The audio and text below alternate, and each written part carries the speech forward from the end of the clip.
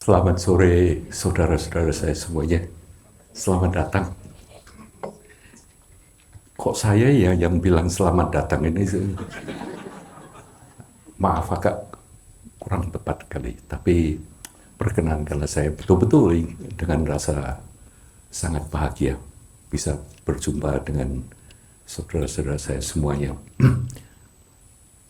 Yang akan kita bicarakan dalam 2 hari ini sebetulnya tidak asing. Karena yang akan kita bicarakan itu tentang hidup kita. Ya, tentang cara kita hidup ini, dan dasarnya kita akan membicarakan berdasarkan satu teks yang cukup unik adanya. Teks ini ditulis oleh seorang tokoh Buddha Dharma di dunia di abad ke-11. Jadi ini teks kuno. Beliau menulis teks ini atas permintaan murid-murid beliau. Dan akhirnya kumpulan teks ini, ajaran-ajaran beliau yang terakhir kepada murid-muridnya ini ditulis di suatu teks dalam tulisan tangan, dan lama sekali tidak ditemukan sampai pada akhirnya kurang lebih di tahun 2005 kurang lebih pemerintah Tiongkok memberi dana untuk mengadakan semacam proyek di mana mereka mengumpulkan peninggalan-peninggalan ajaran Buddha yang ada di Tiongkok di saat ini. Salah satu kumpulan yang proyek ini akhirnya berhasil adalah mengumpulkan ajaran di satu tradisi yang ada di Tibet yang namanya Kadam. Kadam ini, ini artinya sebetulnya uraian lisan. Dam ini singkatan dari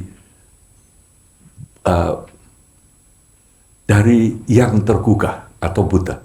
Jadi tradisi Kadam ini dimulai di Tibet kurang lebih di abad ke-11 sampai nantinya akhirnya diserap menjadi suatu tradisi yang cukup besar yang disebut tradisi Gelug, yang diikuti oleh lineage-nya sampai sekarang ada Yang Mulia Dalai Lama. Tapi yang menarik ini luar biasanya, sang guru besar yang mengajarkan ini dan yang akhirnya ajarannya ditulis dan yang ditemukan di teks ini adalah alumni dari Universitas Muara Jambi dari Nusantara. Jadi ajaran beliau ini kemudian nanti dibawa ke Tibet, dan dari Tibet yang tetap dipelajari, diterapkan, dijalankan, sehingga sampai sekarang kalau kita akan pergi ke universitas di dunia manapun yang agak berbobot, dan kita lihat di bagian Buddhist Studies, pasti ada ajaran yang kalau ditelusuri asalnya dari bumi Nusantara ini.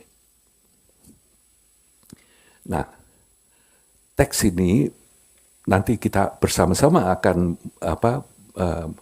mendiskusikan karena tidak begitu asing, karena yang dibicarakan itu tentang kehidupan kita. Tapi ini sangat luar biasa sekali. Karena teks ini juga ternyata nanti kita bersama-sama, mudah-mudahan besok ya, kalau setelah kita membicarakan, kalau nanti kalian lihat ada satu juga yang bisa kita cocokkan dengan teks ini, yaitu ajaran-ajaran yang terukir di Candi Borobudur. Jadi Candi Borobudur, mungkin seperti kalian ketahui, itu adalah suatu peta mengembangkan potensi kita sebagai manusia sehingga betul-betul hidup ini bisa mencapai potensi tertingginya.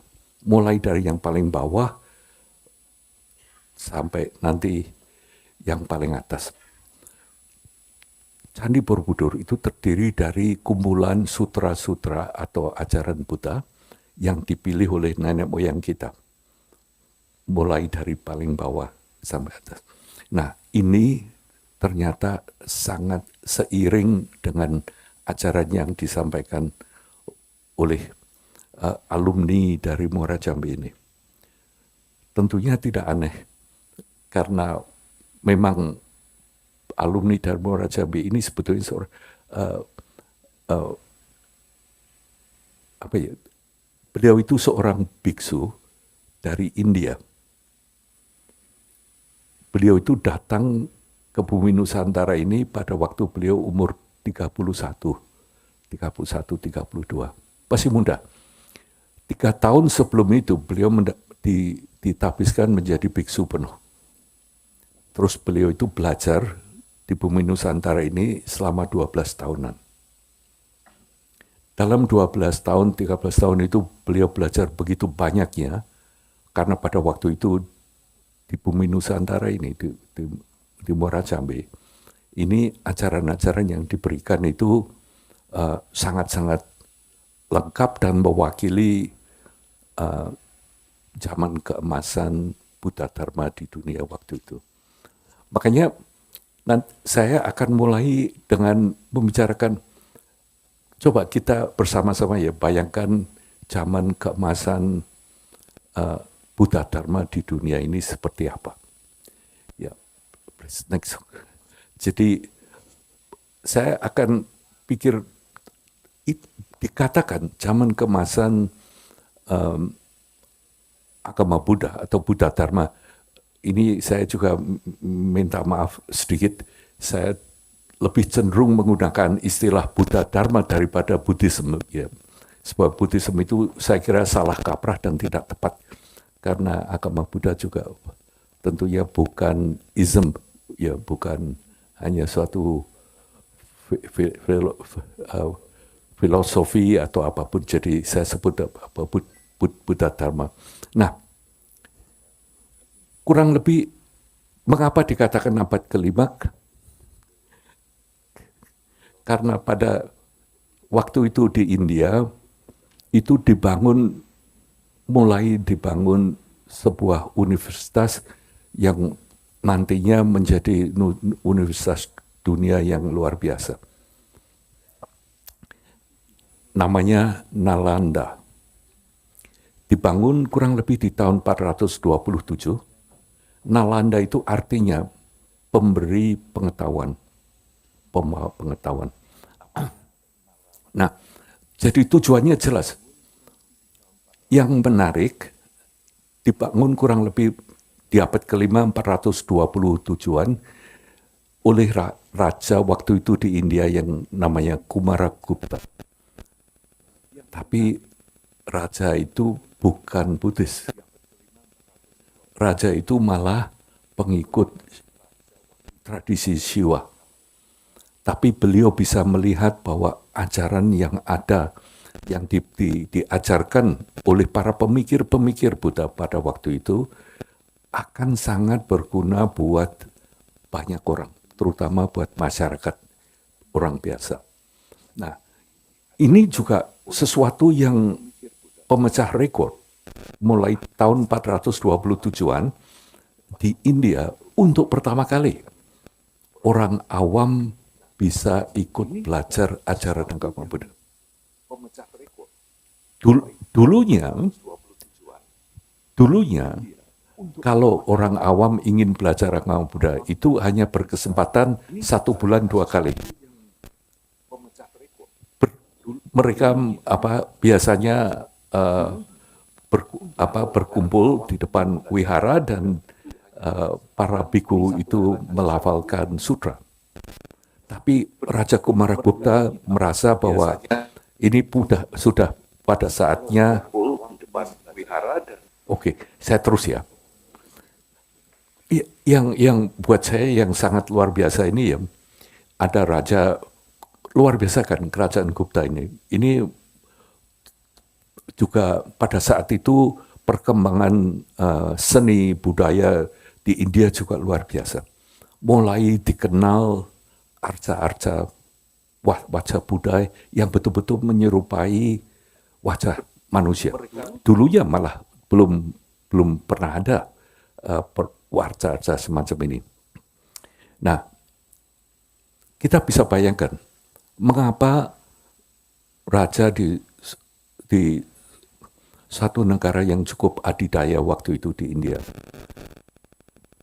yang kebetulan tradisi spiritualnya beda dengan Buddha Dharma, itu memutuskan untuk memberi dukungan, memberi sarana dengan membangun wihara yang nantinya disebut Mahawihara Nalanda ini.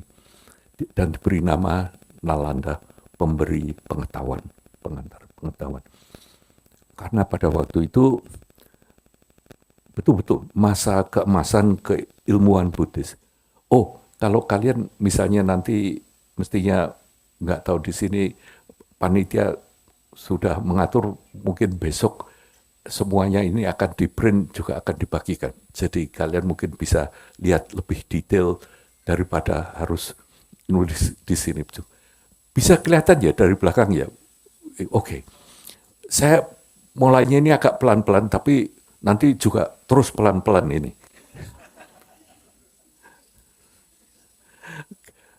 Saya kepingin kita bersama-sama membayangkan apa yang akan kita bicarakan karena ini sebetulnya untuk pertama kali di bumi Nusantara ini ataupun bahkan di dunia ya, teks ini dibicarakan secara detail. Oh, nggak benar, dulu di Jakarta beberapa minggu yang lalu kita mempersiapkan untuk kali ini, untuk acara kali ini. Ya bukan bilang bedah buku karena belum ada bukunya. Tapi apa artinya teks ini yang tadi saya katakan baru ditemukan kembali di tahun 2005 kurang lebih. Kemudian diterjemahkan dan akhirnya diterjemahkan karena teks ini ternyata hanya satu teks tulisan tangan lagi, manuskripnya. Tidak woodblock print tapi tulisan tangan dalam tulisan. Ini akhirnya diterjemahkan dan bukunya diterbitkan berapa bulan yang lalu di tahun 2025. Jadi yang kita pelajari ini Medan ini pertama nih yang apa you think saya kira kok cukup apa sangat cukup beralasan. Sebab kalau dilihat ya di peta di Indonesia ini saya kira di Medan ini boleh dikatakan para pengikut Buddha Dharma ini yang paling aktif. Begitu banyak sekali aktivitas-aktivitas yang jalan begini mudah. Bukannya kita ingin ikut-ikut nimbrung di sini, tapi saya kepingin memberi apa suatu offering yang ini adalah betul-betul ajaran yang asalnya dari bumi Nusantara ini, yang sekarang sudah mendunia. Akhirnya mari kita gali, kita lihat, kita pelajari seperti apa sih sepertinya.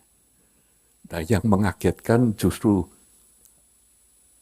semakin kita pelajari malah boleh dikatakan semakin kebudisannya itu malah hilang, malah menjadi malah suatu budaya di mana masyarakatnya itu menginginkan hidup yang rukun.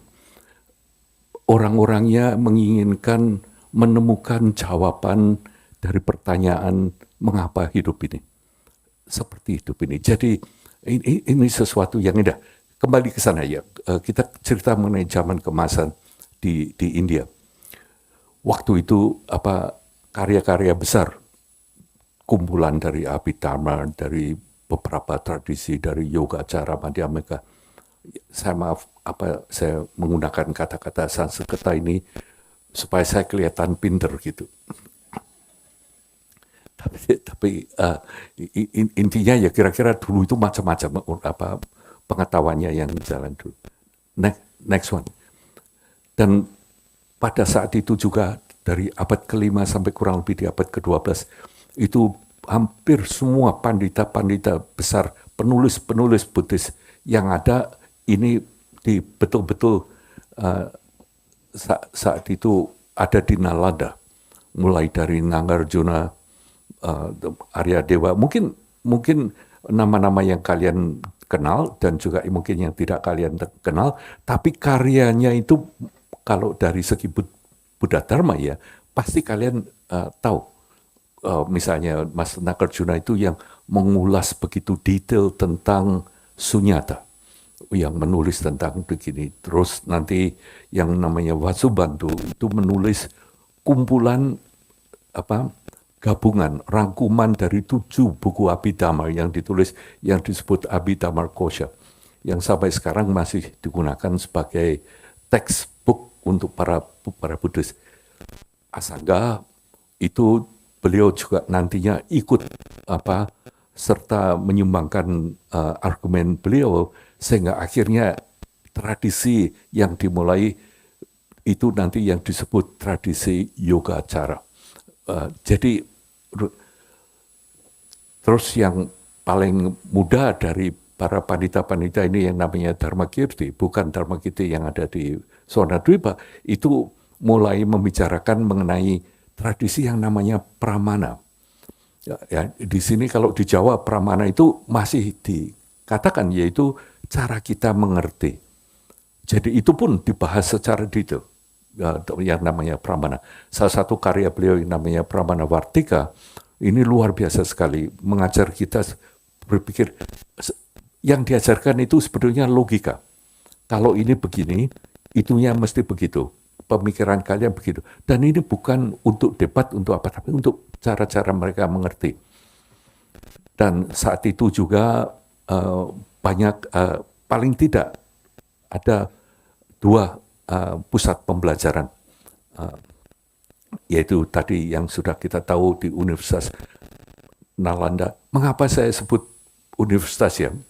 Karena universitas ini kalau menurut definisi yang kita mengerti sekarang, ini adalah kumpulan dari para scholars, dari para ilmuwan, penyidik-penyidik, dan orang-orang yang ingin mengikuti disiplin akademik dan sebagainya. Nah ini Nalanda dan Muara Jambi jauh memenuhi kriteria semacam itu. Misalnya ya di Muara Jambi ini acaranya sama dengan yang ada di Nalanda. Mereka mengajarkan 5 macam science, vidya istilahnya, pancavidya. Yang diajarkan jadi misalnya mengenai bahasa. Tata bahasa Sanskerta ini sangat indah, tapi juga harus pelajari terus. Diajarkan mengenai kedokteran. Nih dulu juga di Muara Jambi. Kenapa kita tahu? Karena di tahun 671 ada biku dari Tiongkok yang datang ke sini, ke Muara Jambi. Namanya Yi Ching. Yi Ching ini lihat, beliau sampai menulis ternyata di sini ini ada ribuan biksu. Ini beliau yang menulis. Dan mereka belajar di ruangan-ruangan yang bertembok. Karena itu ruangan kuliahnya dulu ruangan terbuka. Dan mereka selalu istilahnya berdebat gitu. Jadi satu-satu. Jadi kalau kita ke Muara Jambi lihat tembok-tembok itu sebetulnya ruang kuliah. Buddha enggak dan tentunya dengan banyak biara. Muara Jambi itu paling sedikit 200 kali lebih besar daripada Nalanda. Luasnya. Bukan 20, 200. Saya sendiri juga waktu itu kaget, dan sekarang betul-betul sudah diplot, kita tahu. Jadi dulu ini luar biasa.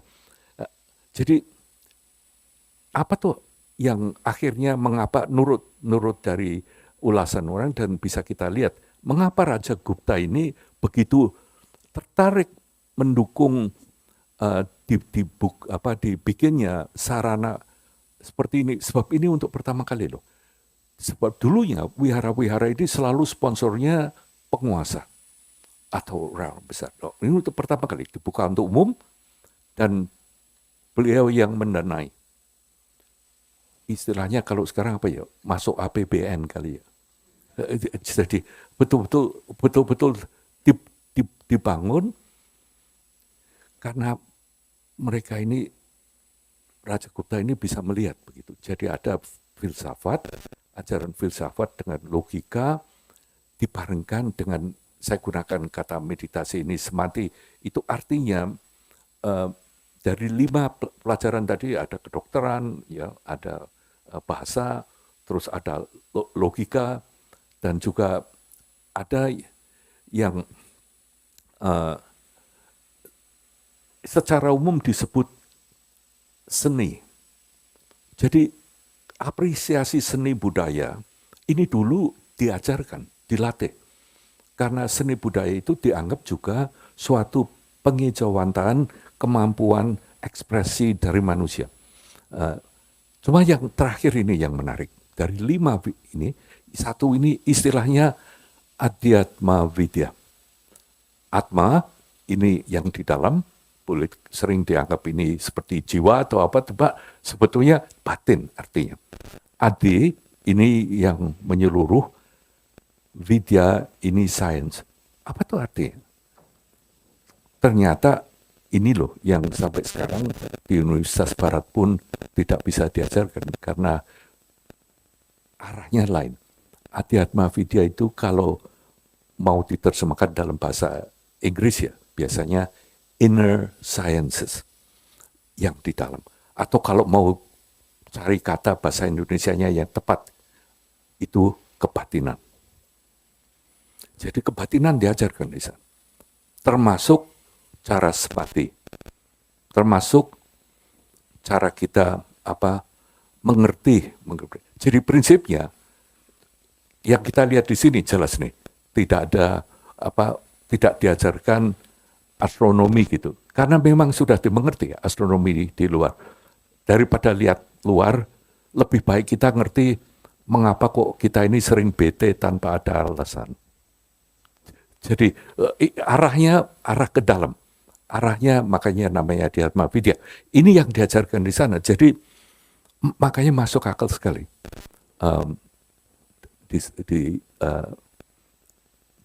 Di India waktu itu ini wihara seperti itu dibangun oleh Kumaragupta. Tapi tidak cuma Gupta dinasti loh.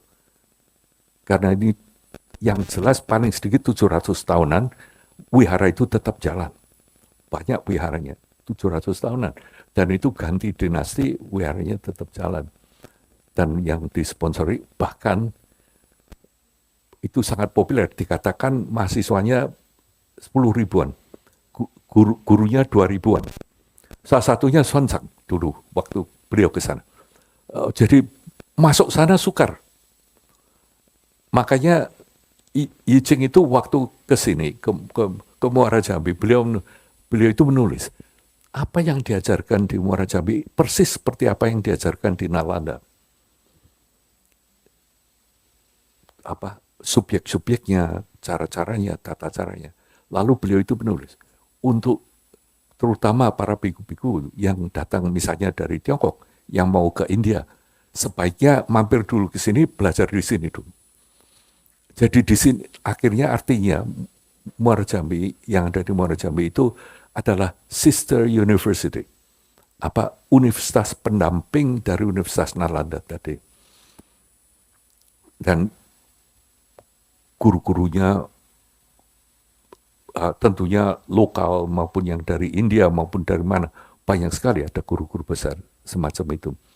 Makanya boleh dikata pada waktu itu di bumi Nusantara ini juga salah satu pusat intellectual development yang ada di dunia. Tidak hanya cuma dari segi Buddha Dharma ya. Jadi pada waktu itu negara kita yang tercinta ini betul-betul menjadi mercusuar dunia di mana pengetahuan dan pendidikan dan itu diperagakan dengan adanya Muara Jambi. Makanya juga tidak salah kalau kita mengatakan itu juga masa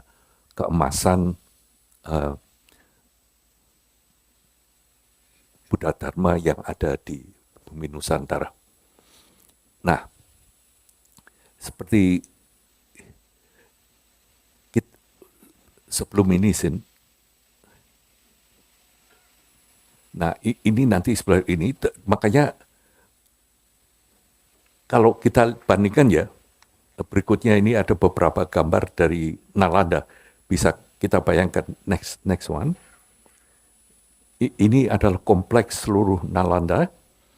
Tadi yang saya katakan bahkan di tahun 850 di abad 9, Raja Sriwijaya dari sini ikut membangun satu kompleks di Nalanda. Raja itu namanya Balaputra Dewa. Karena mungkin ya, karena banyaknya orang Indonesia juga yang di sana. Jadi ini kampus Indonesia gitu misalnya, yang di sana, yang dibangun di sana. Jadi next untuk lihat Nalanda coba, bangunannya hampir sama seperti bangunan di Muara Jambi. Right? Dari batu bata dan sebagainya. Next. Makanya saya kira waktu itu tidak salah, kita juga bisa mengatakan waktu itu di bumi Nusantara ini Buddha Dharma boleh disebut mengalami zaman keemasannya. Next one. Nah, ciri-ciri daripada waktu itu Buddha Dharma yang ada di bumi Nusantara ini, ada pelatihannya, ada transmisinya, dan perkembangan budayanya ini luar biasa sekali. Dan komunitas Buddhis yang berskala besar ada di sini. Jadi kumpulan para sangga ataupun juga orang awam itu saat itu ada di bumi Nusantara ini dan memberikan pelajaran-pelajaran yang luar biasa. Tapi kalau zaman keemasan itu tentunya nggak tahu-tahu jadi zaman keemasan kayaknya. Mestinya dari dulu sudah ada, berkembang gini. Ternyata memang seperti itu. Jadi Buddha Dharma ini ada di bumi Nusantara ini, yang jelas mulai di abad kedua ini sudah ada. Ini makanya ini patung Arca Buddha ini ditemukan di abad kedua di Sulawesi. Nah, tentunya kita tahu zaman itu diwakili dengan bangunan yang kita sudah kenal, misalnya next one Borobudur. Ya, ini yang dibangun kurang lebih di tahun 780, selesai di tahun 842. Next one, ini kita semua sudah tahu, jadi tapi ternyata di bumi Nusantara ini tidak cuma Borobudur, banyak sekali, terutama di Sumatera. Sinta jalan saja, coba pelan-pelan. Ini adalah di Solok Sipin misalnya, ditemukan candi-candi Buddhis semua ini. Next.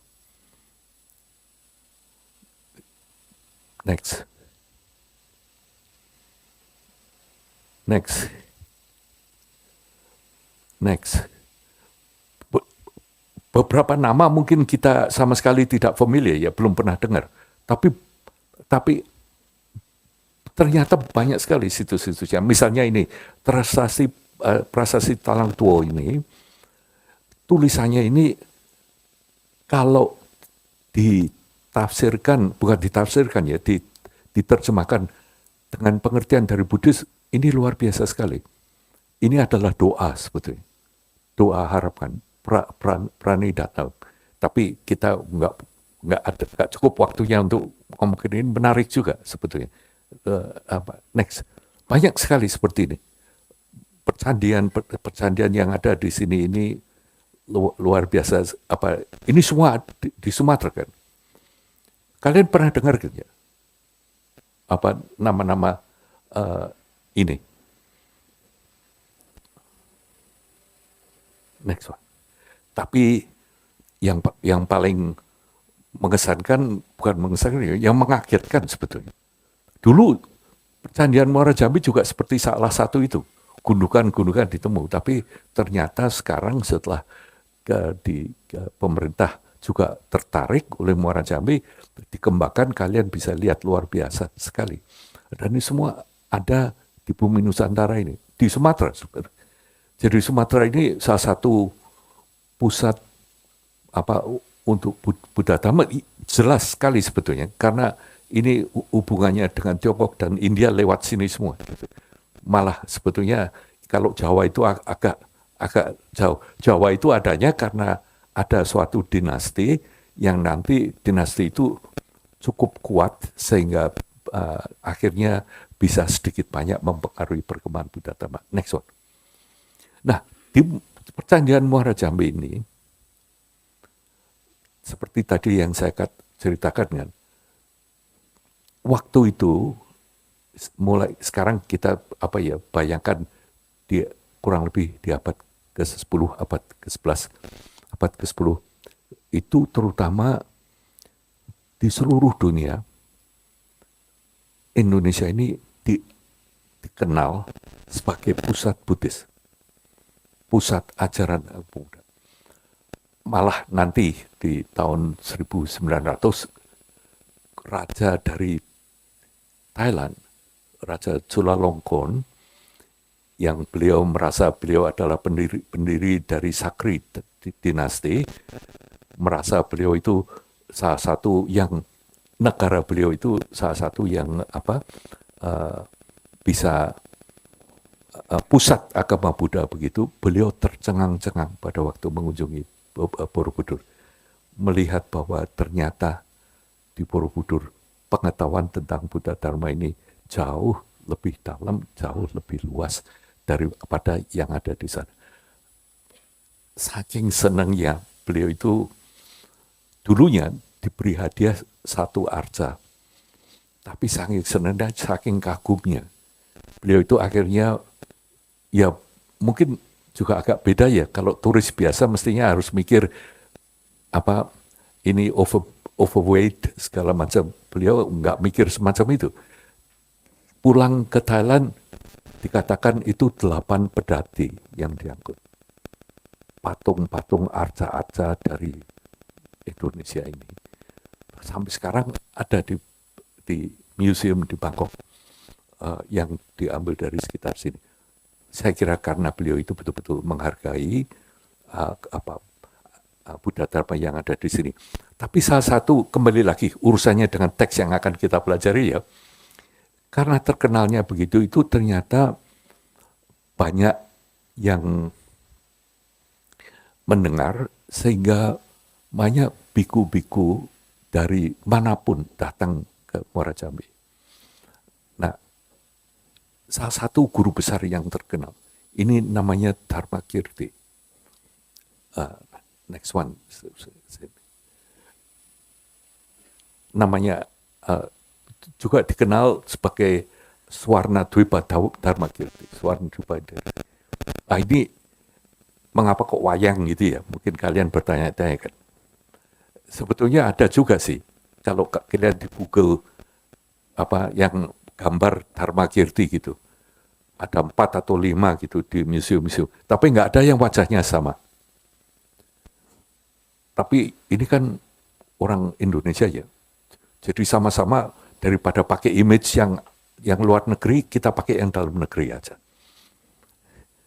Ini image adalah image dari Abhyasa di Jawa, di Perbayangan, sebagai orang yang sangat bijaksana dan pengajar. Tujuannya menghargai beliau.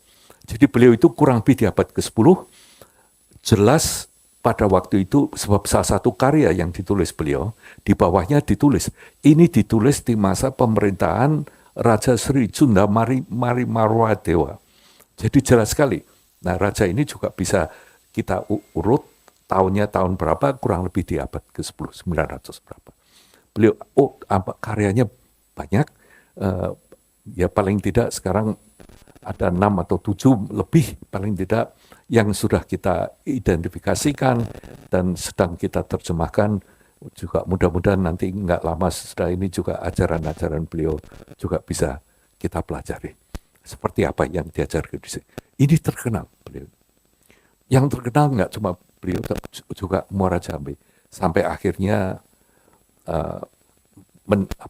menarik begitu banyak orang. Apa tuh yang diajarkan kira-kira? Sebetulnya yang diajarkan ini,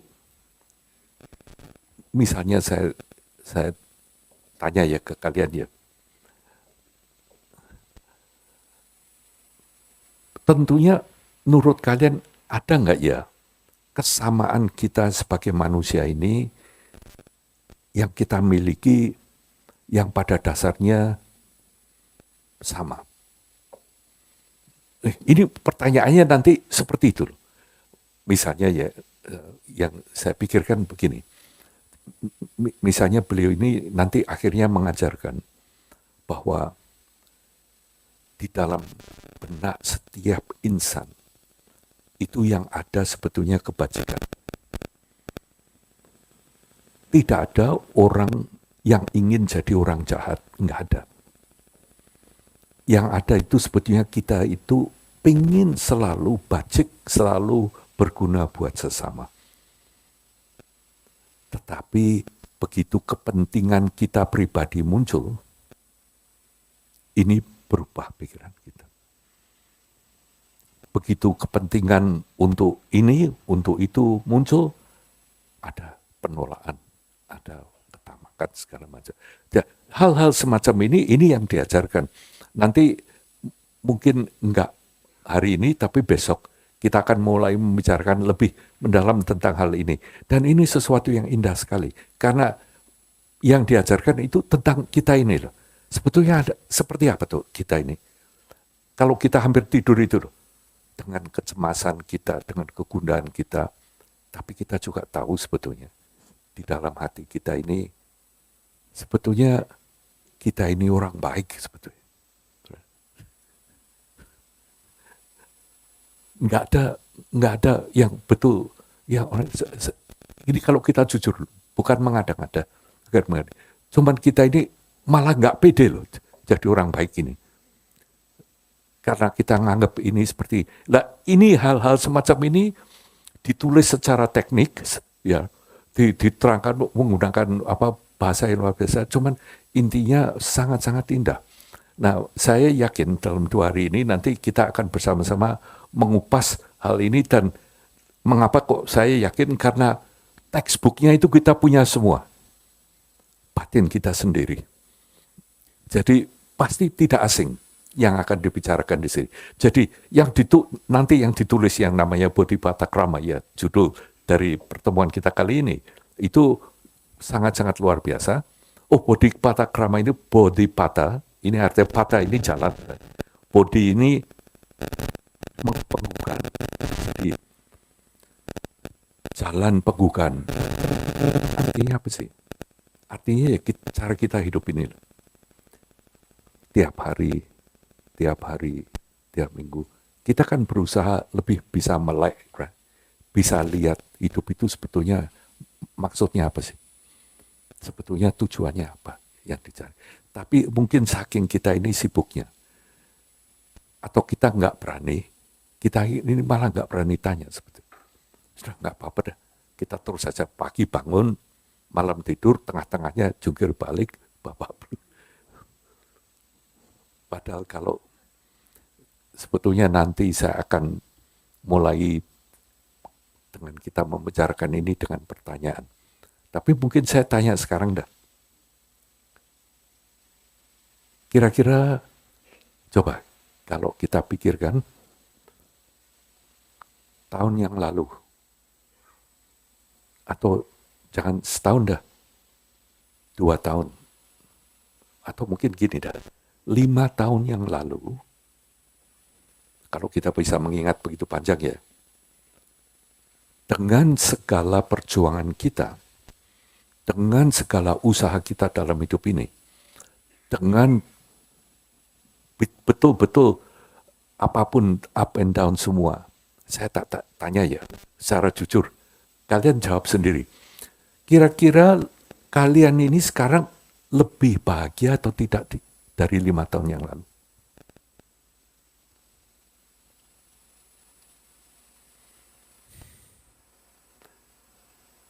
kok kelihatannya kok banyak yang agak gimana gitu loh. Atau kalau saya tanya nih, coba kita bayangkan. Misalnya kita ini punya begitu banyak keinginan. Misalnya kita banyak tujuan dalam hidup ini. Punya banyak kebutuhan. Right? Punya banyak persoalan.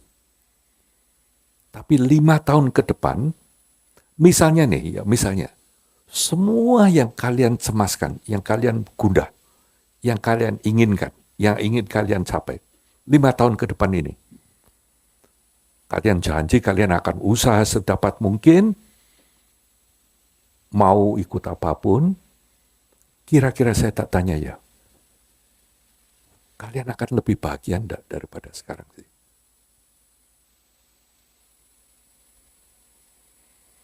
Mungkin nggak banyak yang berani jawab loh. Kalau dijawab pun, mungkin kok same-same.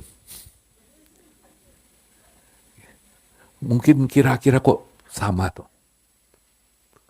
Lah kalau begitu, ini Mas Dharma Kirti dan Mas Sri di Pangkara Sri Nyana nulis ini yang ngomong, bangun dong.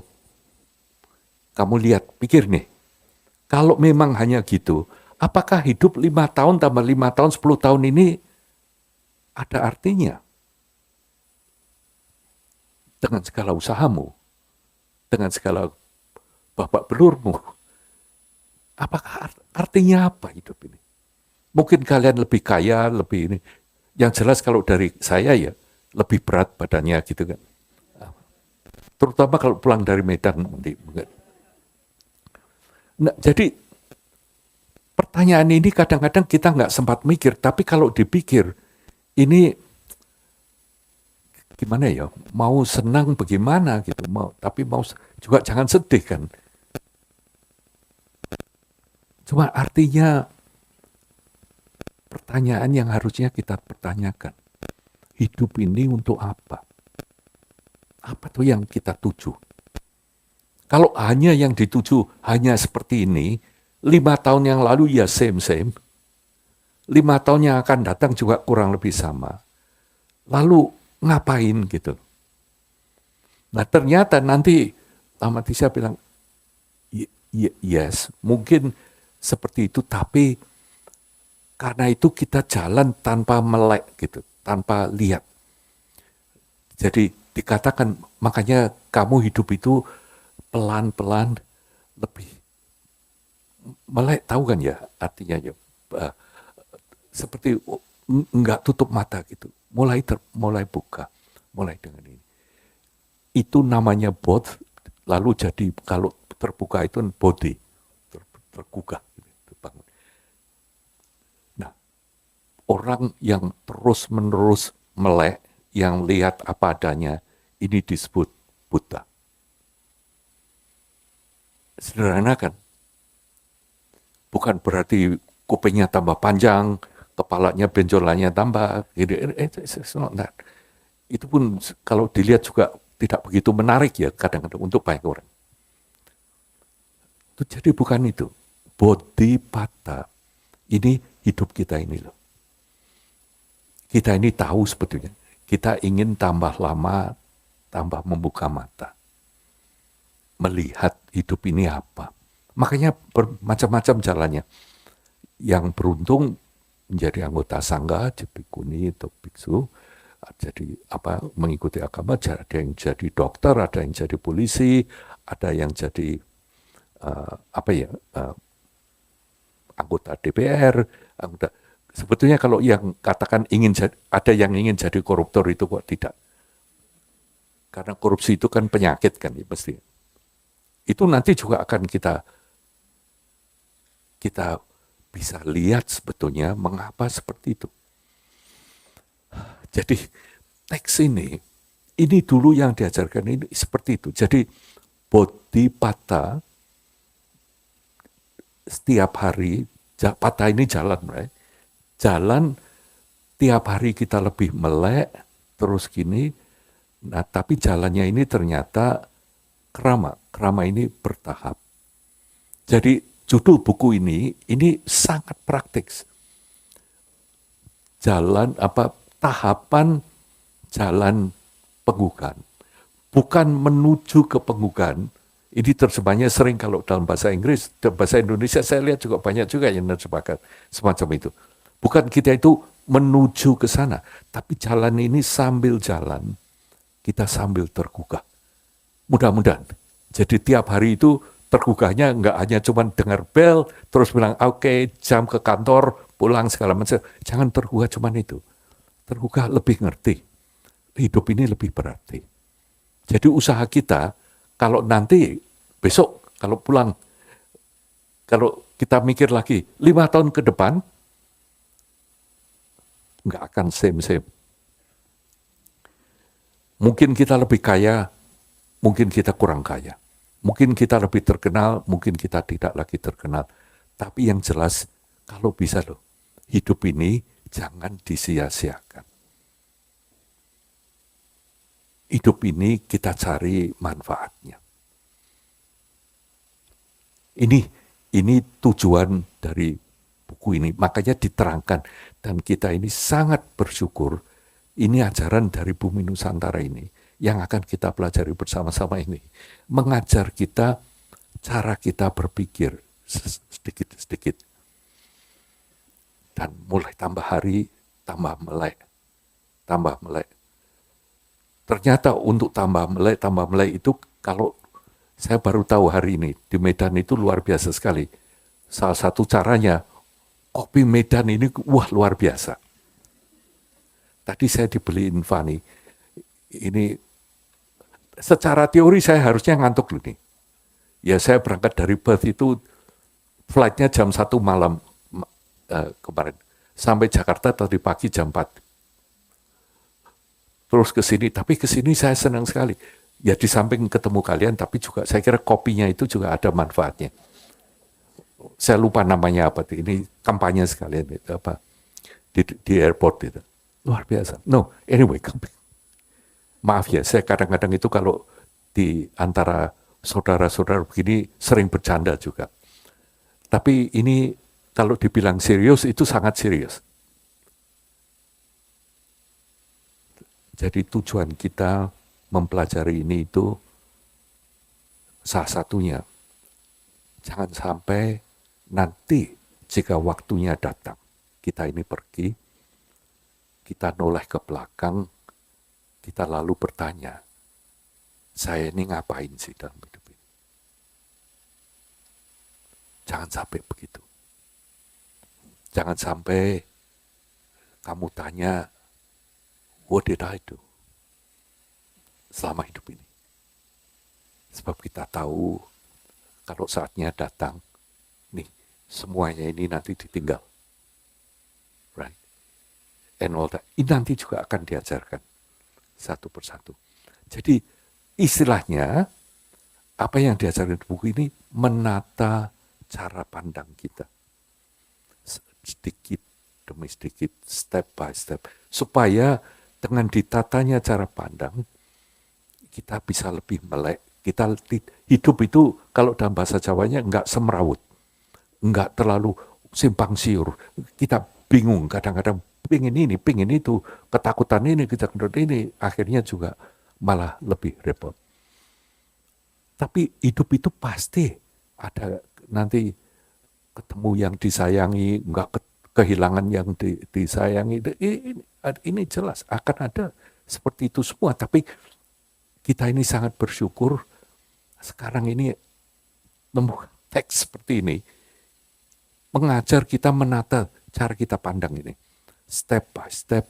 Dengan semakin kamu ngerti, itu bukan berarti lalu kamu jadi terus bahagia gitu. Itu nonsense. Hidup itu tetap akan ada up and down, right? Tetap akan ada up and down, pasti ada. Sebab kalau tidak ada up and down itu namanya flat line kan ya. Kalau flat line itu kamu dead. Koit. Jadi masih selama hidup ini ada up and down. Cuman sekarang bedanya ini loh. Kalau dulu kita ini cemas sekali untuk ini. Takut ini. Mudah-mudahan dan ini ketakutan, kecemasan dan bahkan euforik. Kalau dapat senangnya luar biasa, nanti gini. Nah, tapi dengan itu kita bisa menikmati apapun yang memang bisa dinikmati. Tapi kalau memangnya lagi sedih, juga jangan takut untuk sedih. Apalagi kok pura-pura. Apalagi kok nolak kesedihan. Enggak bisa dong. Artinya kita akan lebih user friendly ke diri sendiri. Kita lebih mengenal diri kita dan hidup yang jujur. Artinya tidak usah jadi Salim yang begini, Salim yang begitu, saya begini. Tapi ya ini ngaku dosa sedikit. Ngomong begitu tadi mau keluar saya masih sisiran juga loh. Enggak, tapi saya baru tahu karena di AC sini rambutnya kering itu. Soalnya cuma nggak mau kesannya ngantuk gitu aja. Jangan sampai kalian juga lihat saya terus ngantuk juga gitu kan. Jadi ini ada sedikit alasan. No, kembali ke sini, right? Itu Dharma Kirti terkenalnya semacam ini. Nah, makanya lalu yang nanti teksnya yang kita katakan yang namanya pembukaan gini. Nah, ini agak technical, right? Makanya kalian ngikuti ya. Jadi artinya penggugaan body atau jadi buta ini sebetulnya simple. Melek terus. Tahu yang ada apa. Buddha waktu itu jadi tua enggak? Jadi tua. Sakit enggak? Sakit. Beliau komplain juga loh. Sampai minta ke Ananda, Ananda berhenti sini. Saya enggak kuat deh. Saya tolong carikan Alfamart atau Indomaret, haus beliau. Cari minum. Ananda bilang nggak ada, ini masih jauh di mana-mana, yang ada cuma air di cembungan gitu. Buddha bilang badan saya betul-betul seperti kereta yang diikat, beliau kata. Nah, padahal kamu ingin jadi Buddha, seperti itu kan, sama kan? Beda sekali, beda sekali, beda sekali. Karena beliau tahu persis sebagai manusia itu punya batasan. Punya kondisi, right? Sebagai manusia ini, badan sebagai manusia. Tapi sebagai manusia ini punya potensi yang luar biasa. Kalau kita bisa betul-betul ngerti, bisa melek, tidak seperti hanya hidup kita ini sehari-hari, yang nampaknya itu selalu seru, ada aja gitu. Tapi akhir-akhirnya 5 tahun yang lalu dan 5 tahun yang akan depan, hasilnya same-same. Jangan sampai begitu. Makanya diterangkan mengenai, penggugaan ini agak teknikal ya. Saya ngomongkan mengenai Buddha. Ini di tradisi Buddha Dharma ini ada 2 macam pengertiannya. Yang satu, pendekatan penggugaan itu dikatakan yang yang seketika. Terutama dari Zen. Artinya tergugah, melek. Begini toh. Right? Itu sebetulnya kita juga seperti itu sering juga, cuman persisnya juga tidak gitu. Tapi ini juga bisa loh dilatih. Tradisi tertentu melatihnya seperti itu. Yang namanya Ikasagnika. Ini artinya jalan yang penggugahnya itu seketika-setika. Sebetulnya kita juga sering merasakan itu. Tapi tidak penggugahan benar-benar. Misalnya, pernah nggak ya kita lagi marah ya, lagi marah-marahnya nih ya. Tapi di dalam hati kita wah, sebetulnya saya ini juga keterlaluan. Pernah nggak kalian merasa gitu? Yes. Jadi kita ini sebetulnya punya tahu. Kita ini sebetulnya melek juga. Tapi kekaburannya lebih banyak daripada meleknya. Sebab biarpun tahu begitu, terus kita bilang, udah palang tanggung ini, terusin aja marahnya. Iya, you do it. Jadi akhirnya kita, dan yang paling payah apa coba? Lalu kita memberitahu ke tetangga, ke saudara semua, saya ini orangnya pemarah. Jadi dimaafin ya kalau saya marah. Lucu kan ya? Marah itu kan nggak enak kan ya? Tapi kita tidak ngerti caranya bagaimana sebetulnya menanggulangi kemarahan. Nah nanti dengan belajar ini sebetulnya kita tahu, kalian nanti nggak punya alasan loh untuk terus bilang, ini udah kepalang nih, saya terusin kalau kemarin. So, ini ajaran Buddha Dharma yang sebetulnya boleh dikatakan tidak cuma dalam, tapi tinggi juga. Saya tidak mengatakan teks ini teks mudah, bukan. Teks ini diajarkan oleh murid dari alumni dari Bumi Nusantara ini yang mengajarkan ke murid utamanya dan murid-murid lain. Makanya nanti juga disebut ajaran rahasia. Nanti sebentar kita ngomong mengenai itu. Ini ada yang seketika, tapi juga penggugahan ini ada yang dianggap bertahap. Bertahapnya begini. Jadi kalau kita memikirkan mengenai Buddha ya, mengenai penggugahan, mengenai bodhi, itu tidak sesuatu di luar. Right? It's about you. Tentang kita ini pelan-pelan mulai terbuka gini. Nah kalau kita lihat ada Buddha segala macam, itu inspirasi kita nih. Ini kemungkinan kita itu bisa seperti itu. Dan ini nanti yang menolong kita, ini juga beliau-beliau ini cuma nolongnya hanya bisa satu cara. Mengajar, memberi contoh untuk kita doa. Nggak mungkin ada Buddha terus kasih muncul di mimpi gitu, terus kamu bisa. Jadi no, it's not gonna happen. It's up to you. Kita semua di sini. Tapi ajaran ini betul-betul ini ajaran dalam, ajaran yang luar. Tapi justru sangat luar biasa dalam arti kata meyakinkan kita. Tujuannya meyakinkan kita, you can do it. Kalian bisa. Seperti ini. Ini bukan untuk yang di sana, bukan untuk biku, untuk biksuni, untuk yang profesi. No, for you. Untuk kita masing-masing. Ini buku teks ini, dan banyak teks Buddhis seperti ini, biasanya semua teks Buddhis seperti ini itu meyakinkan bahwa kita betul-betul bisa. Ajaran Buddha itu tidak pernah sebagai teori sebetulnya. Nggak ada yang teori. Diterangkan, tapi tujuannya meyakinkan bahwa you can do it. Lah kalau tidak untuk siapa? Ya kan? Makanya Buddha semasa hidup beliau pun 45 tahun beliau keliling itu sabarnya bertanya itu luar biasa sekali.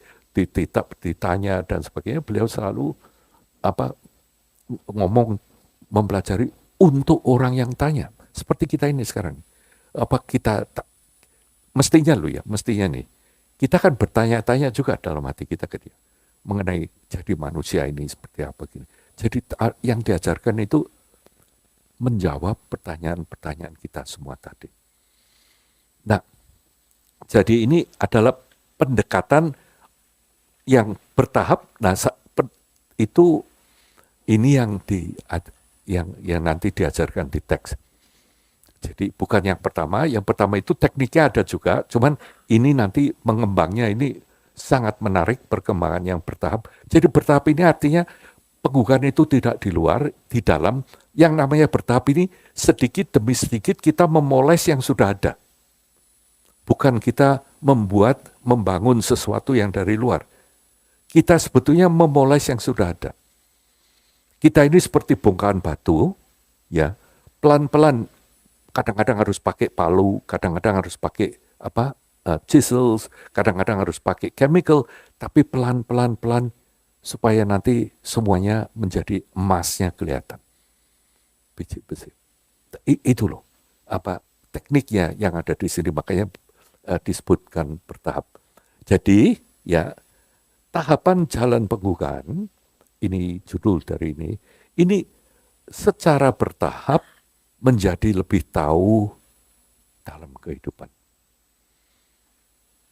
ini instruksi utamanya ini seperti ini. Jadi salah satu jawaban tadi, 5 tahun ke depan, itu jangan bilang nanti same-same gitu. Tapi dengan bertahap kita belajar, kita lebih tahu. Nah, apakah lebih tahu itu berarti lebih bahagia, lebih gini? Kemungkinan besar jawabannya ya. Tapi lain dengan kebahagiaan yang kamu pikirkan. So, mungkin dalam 5 tahun itu misalnya dia, mudah-mudahan janganlah. Tapi bisnis kamu bangkrut gitu misalnya. Karena keadaan ekonomi atau perang atau apa kita kan nggak tahu ya.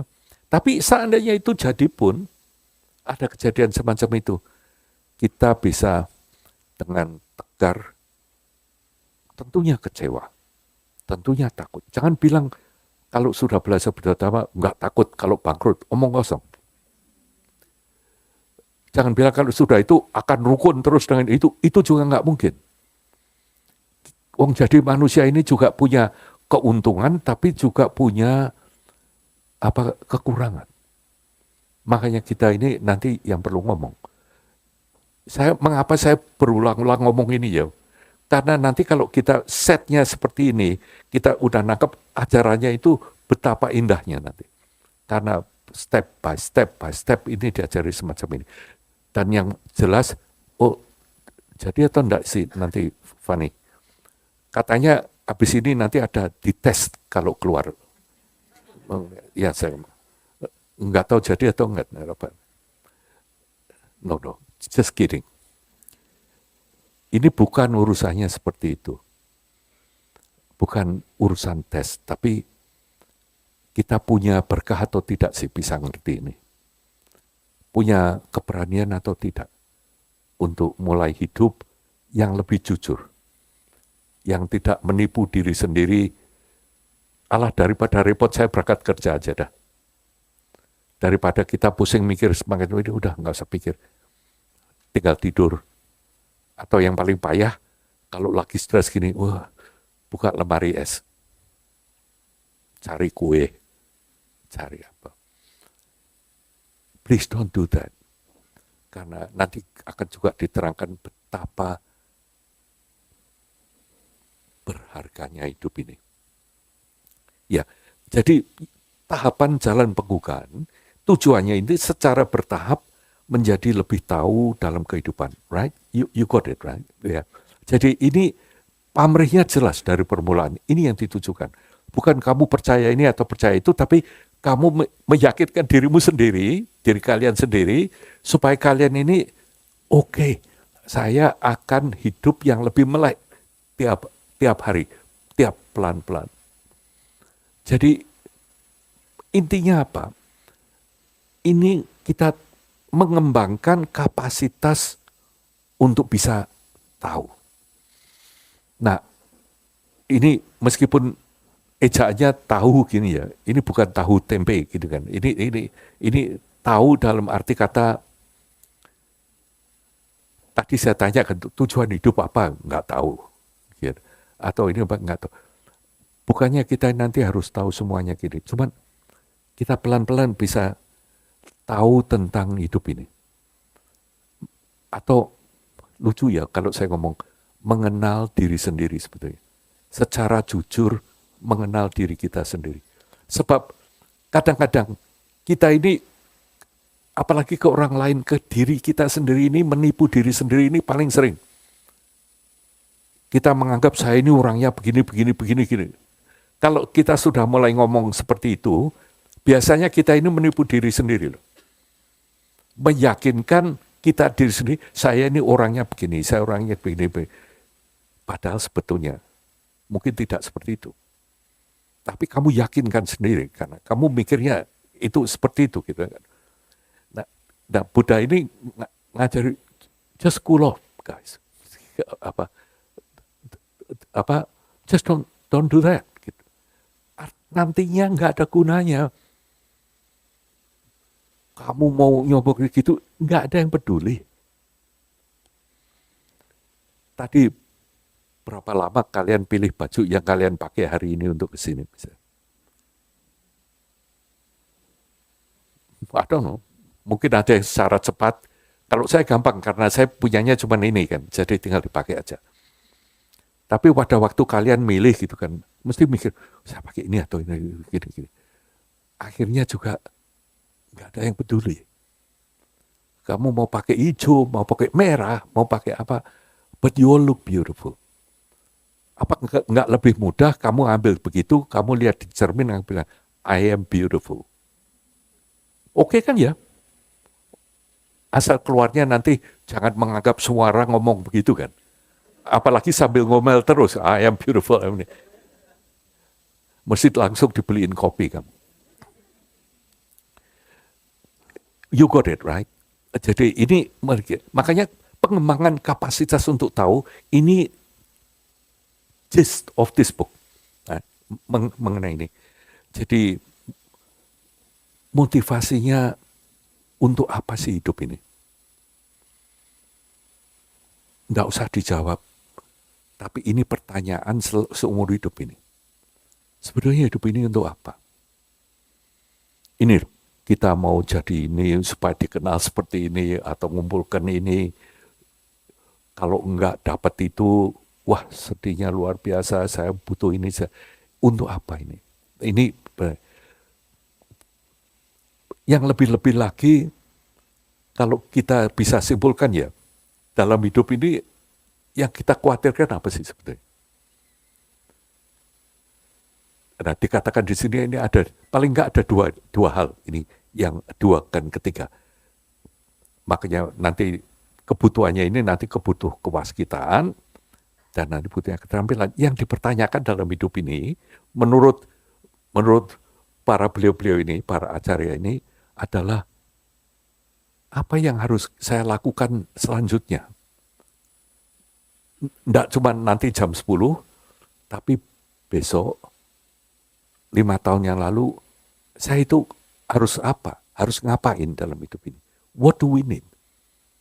Right. Pertanyaan itu selalu berkisar di pertanyaan itu. Entah ini jangka pendek, atau jangka panjang, atau jangka menengah, pertanyaannya itu kamu mesti mempertanyakan apa tuh yang harus kamu lakukan. Nah, meskipun kamu sudah tahu, itu pun pertanyaannya berikutnya, bagaimana cara melakukannya? Ini nanti luar biasa sekali. Karena jawabannya mungkin enggak sama sekali bukan yang kalian pikirkan loh. Ternyata untuk jawab itu, yang dijawab itu bukan itu. Bagaimana caranya kembali ke motivasinya juga.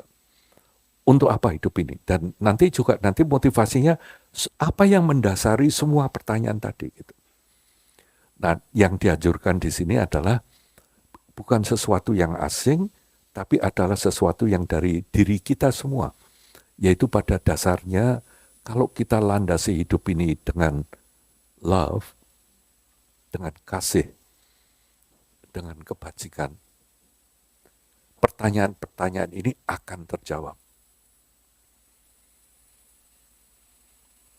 Karena dengan adanya intinya, bukan cuma jadi orang baik, atau kepingin jadi orang baik, jadilah orang baik. Artinya apa sih? Satu kata, kepedulian. Hidup itu jangan pernah terlalu sering bilang nggak peduli. Jadilah orang yang peduli. In anything. Hal kecil-kecil. Nah, dengan demikian, kamu akan lucu nih. Semakin kita peduli, ternyata semakin kita ini berani. Semakin kita kokoh, tidak mengurangi kedikdayaan kita tentang. Nah, ini makanya ditanya mengenai ini set ya, udah kira-kira garis besarnya semacam itu. Ada yang mau, kalau ada yang mau ditanyakan, saya tahu panitia sudah bilang apa harus ditulis dan sebagainya. Kira-kira begitu kan ya. Tapi kalau memangnya ada yang membara atau apa ya, silahkan tanya. Nggak apa-apa loh. Kita makanya istilahnya kan diskusi umum ya. Saya pengennya supaya kalian juga bisa. Ini saya pengennya bersama-sama memikir semacam ini. Nanti malam kan kalian tidurnya enak. Karena energi sekian banyak orang yang hanya ingin jadi orang lebih baik, yang nggak ingin supaya apa dapat kenalan bisnis atau mau buka marketing atau semua, tujuannya hanya ini, orang sebegini banyak ini hanya ingin jadi orang baik. Ini energinya luar biasa. Energinya luar biasa. Dan semakin energi begini, ini bukan ngapalin ajaran Buddha atau ajaran, it's not like that gitu. It's about you. Ya, jadi kita tahu